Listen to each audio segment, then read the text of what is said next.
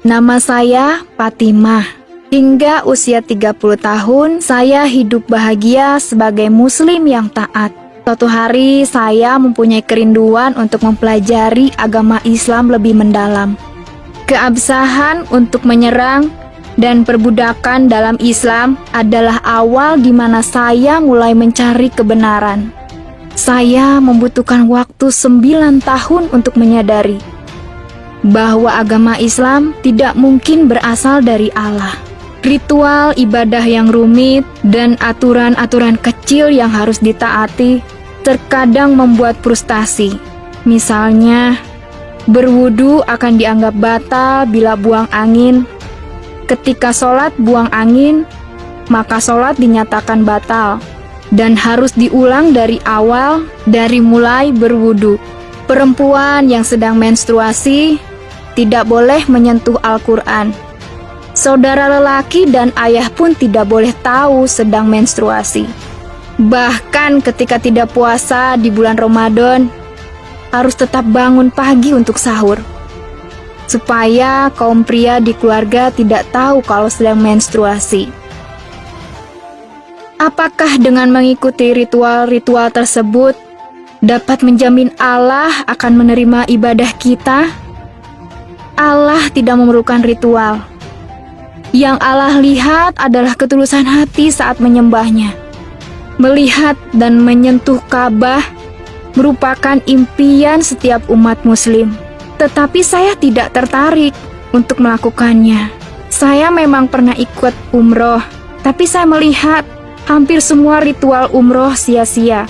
Bahkan saya tidak mengerti mengapa harus mengelilingi Ka'bah 7 kali.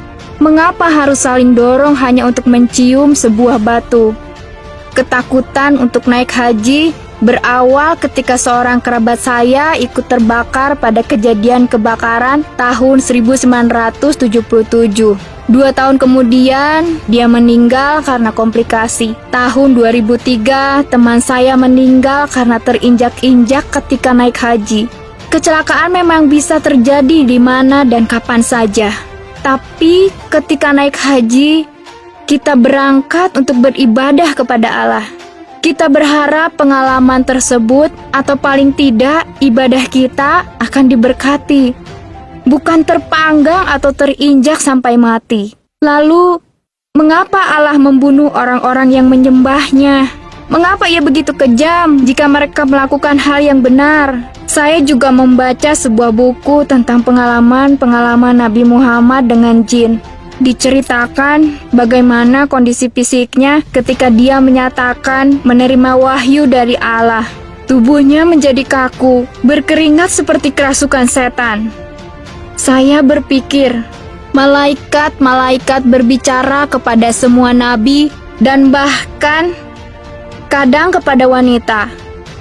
Tetapi mereka tidak pernah kerasukan. Bahkan ketika berhadapan dengan setan, mereka tidak berkeringat dan ambruk. Para nabi punya kuasa mengalahkan roh-roh seperti itu. Lalu, saya membaca satu hadis di mana Muhammad mengatakan ada jin beserta dia.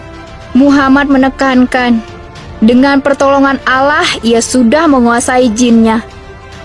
Dalam hadis itu, Muhammad mengatakan, jin tersebut sudah menjadi muslim.